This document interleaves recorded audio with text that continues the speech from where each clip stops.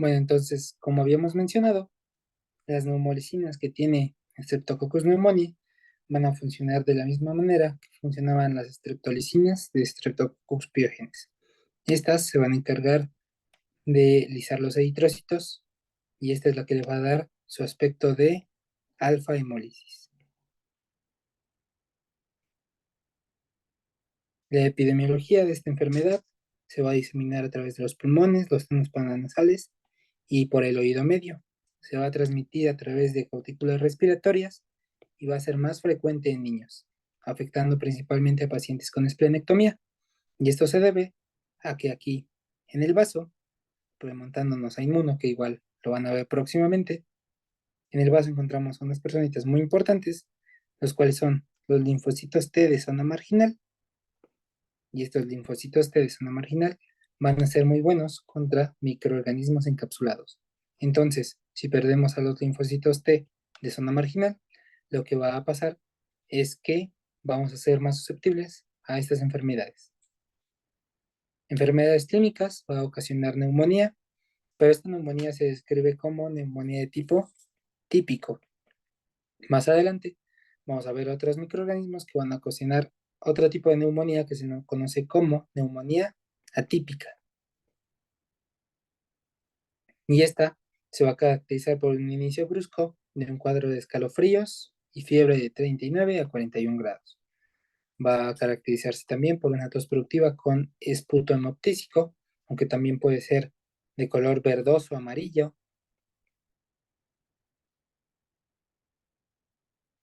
Va a caracterizarse también por dolor torácico y esta suele localizarse principalmente en los lóbulos pulmonares inferiores.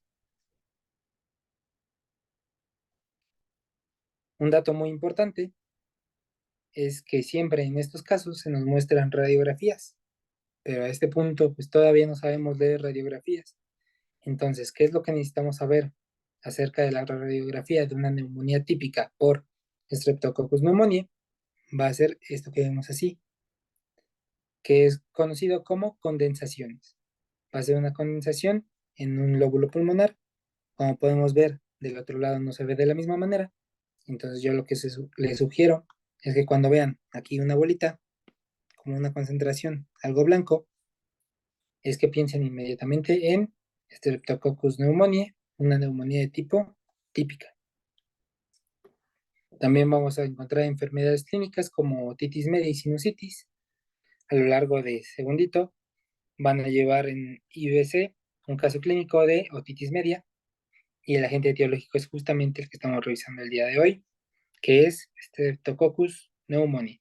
Este va a ser una infección en el oído medio de los niños más pequeños y esto va a ser debido al ángulo de inclinación que tiene la tuba faringotimpánica en ese tiempo. Cuando eres niño, tu tuba faringotimpánica está más horizontal, o sea, más inclinada. Y al estar más inclinada, es más fácil que entre el aire y que entren los microorganismos, ocasionando que puedan infectar esta zona. Aquí podemos ver en la imagen un oído medio normal y un oído medio infectado por Streptococcus pneumoniae. También está la sinusitis, la cual va a ser una acumulación de moco en los senos paranasales. Ya recordarán de sus clases de anatomía qué son los senos paranasales, dónde se encuentran. Entonces, la sinusitis es únicamente la acumulación de moco en estos senos paranasales. También pueden desarrollar estos pacientes meningitis, la cual va a ser por una diseminación de la enfermedad del sistema nervioso central. ¿Cómo se da esto? La enfermedad o el agente etiológico entra a través de las vías respiratorias. Posteriormente se disemina a la sangre. Este proceso se llama bacteremia.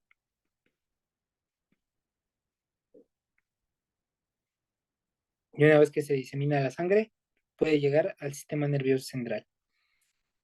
Además de una bacteremia, también podemos contagiarnos o padecer meningitis por un traumatismo cráneoencefálico, ¿vale? El diagnóstico de este microorganismo va a ser mediante la tinción de Gram, pero a diferencia del anterior agente etiológico, el cual se agrupaba en cadenas, Streptococcus pneumoniae va a estar agrupado en parejas, va a ser un diplococo.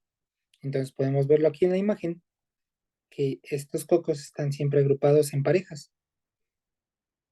Otra forma de diagnosticarlo es la reacción de Kellogg, la cual se va a caracterizar por provocar una hinchazón de la cápsula. Como podemos ver aquí, tenemos las pequeñas bolitas de diplococos y podemos ver algo rodeándolas, como si estuviera hinchado. Entonces, esta es la reacción de Kellogg, la cual va a producir una hinchazón de la cápsula. El libro nos menciona que esto realmente ya no es utilizado, que ya es más para fines de examen, entonces se los dejo aquí porque seguramente lo pregunten. Otro método diagnóstico es mezclar Streptococcus pneumoniae con bilis. Nosotros vamos a tener aquí nuestro frotis con Streptococcus pneumoniae y vamos a agregar una gotita de bilis. Streptococcus pneumoniae es muy lábil a la bilis. Entonces, si agregamos una gotita de bilis y se lisan las bacterias, podemos estar casi seguros de que es Streptococcus pneumoniae. El siguiente agente que vamos a ver es Corynebacterium diphtheria. Corynebacterium diphtheria es un bacilo en forma de palo de golf, así lo describe el libro. Yo realmente no le veo esta forma, pero yo se los pongo ahí. Este va a ser un patógeno oportunista, entonces va a estar normalmente en la microbiota normal del cuerpo humano, pero una vez que disminuyan las defensas o haya alguna afectación en la microbiota normal, este va a aprovechar y va a colonizar eh, a la persona y va a ocasionarle una enfermedad, ¿vale? La toxina diftérica va a ser el principal factor de virulencia de este microorganismo y va a tener una pared celular con ácido micólico, pero no son ácido alcohol resistentes. Más adelante vamos a ver que hay un grupo de bacterias muy específicas, las cuales no son ni gram positivas ni gram negativas. Estas son ácido alcohol resistentes. Estas bacterias ácido alcohol resistentes van a tener ácido micólico en su membrana. Pregunta de final de bacteriología. Entonces, ¿por qué no vamos a clasificar a Corynebacterium diphtheria dentro de este grupo de las ácido alcohol resistentes? Esto es porque los ácidos micólicos de Corynebacterium diphtheria son de cadena corta y los ácidos micólicos de las bacterias ácido alcohol resistentes van a ser de cadena media y de cadena larga, ¿vale? Patogenia, la toxina diftérica se va a unir al factor de crecimiento epidérmico de unión heparina, el cual vamos a encontrar en células nerviosas y células cardíacas. El libro nos menciona que esta toxina lo que va a hacer es que va a inhibir la síntesis de proteínas. Pero esto no tiene una relevancia en la patología que vamos a ver, entonces pues nada más se los menciono para que lo sepan, para que lo tengan en cuenta. La epidemiología es que este va a ser prevalente en zonas urbanas con hacinamiento. Se va a transmitir a través de gotículas respiratorias y por contacto directo. Los seres humanos van a ser el único reservorio y de acuerdo a cómo estemos expuestos a este microorganismo es el tipo de enfermedad clínica que vamos a tener. Vamos a verlo ahorita más adelante. Entonces, las enfermedades clínicas, primero va a ser la difteria respiratoria, la cual va a tener un inicio brusco de un cuadro de malestar general, dolor de garganta, faringitis exudativa y febrícula. Como mencionamos al principio, les dije que Streptococcus pyogenes va a caracterizarse por exudado blanquecino en las amígdalas, pero que teníamos que tener en cuidado de no confundir el exudado de Streptococcus pyogenes con el otro agente etiológico que también produce exudado, que es Corynebacterium diphtheria. La diferencia entre uno y otro es que si recordarán, Streptococcus pyogenes se veían más como pequeños puntitos en las amígdalas, mientras que Corynebacterium diphtheria se ve más como esto, como una pseudomembrana grisácea, la cual va a estar compuesta de bacterias, linfocitos, de células plasmáticas, de fibrina y de células muertas. Esta se va a adherir con firmeza y es difícil de despegar sin provocar sangrado. Por lo tanto, es mejor esperar a que se desprenda por sí misma. La siguiente tipo de enfermedad que ocasiona es la difteria cutánea, la cual se va a adquirir a través del contacto directo. Esta va a ser una úlcera crónica que no cicatriza bien y en algunas ocasiones puede estar recubierta por una membrana grisácea. En la parte de aquí, en algunas ocasiones podríamos apreciar una membrana, no en todas, pero es un buen dato de alarma. El diagnóstico por Corynebacterium difteria, al microscopio se ve, lo describe el libro como letras chinas. Entonces, con un poquito de imaginación, podemos ver que las letras chinas están en el microscopio. Este va a tener un medio de cultivo característico, que es el medio de Tinsley. No es importante saber de qué está compuesto ni cómo se prepara, únicamente es importante saber que el medio de Tinsley tiene alta especificidad por Corynebacterium difteria, ¿vale? Tratamiento y prevención. Aquí es muy importante que les mencione que casi siempre en los departamentales se centran en la prevención de esta enfermedad, por lo tanto, las enfermedades o las bacterias que tengan vacuna, siempre o casi siempre son preguntables. En este caso, tenemos dos vacunas importantes, la cual es la vacuna DTP y la vacuna pentavalente.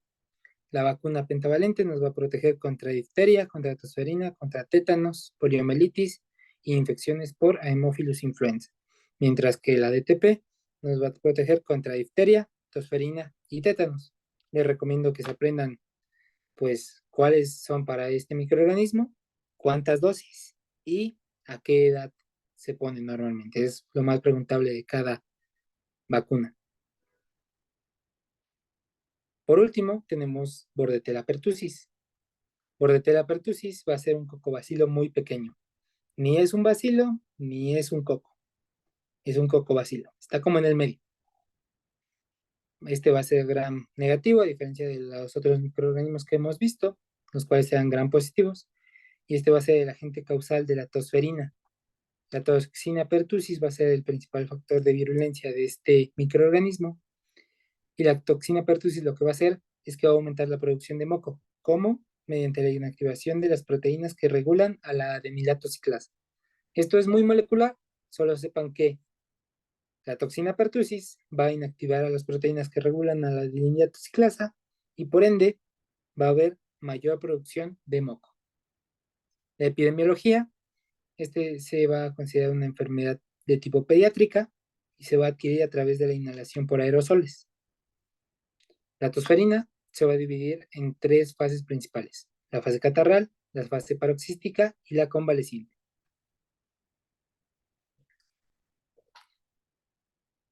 En la fase catarral vamos a encontrar rinorrea serosa, estornudos, malestar general, febrícula y un pico en el número de bacterias. Esto lo podemos ver ejemplificado en esta gráfica que les traigo.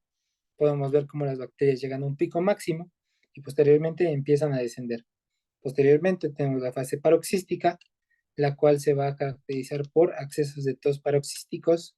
¿Cómo es la tos paroxística? La tos paroxística es un tipo de tos incontrolable en la que el paciente tose y tose y tose hasta llegar a provocar vómito o sensación de querer vomitar, náuseas, o también produce agotamiento por el esfuerzo que representa toser. Estos ataques de tos llegan a ser muy prolongados, por lo tanto provoca agotamiento en los pacientes. Por último, tenemos la fase convaleciente, donde este número de accesos paroxísticos va a disminuir, así como va a disminuir la gravedad.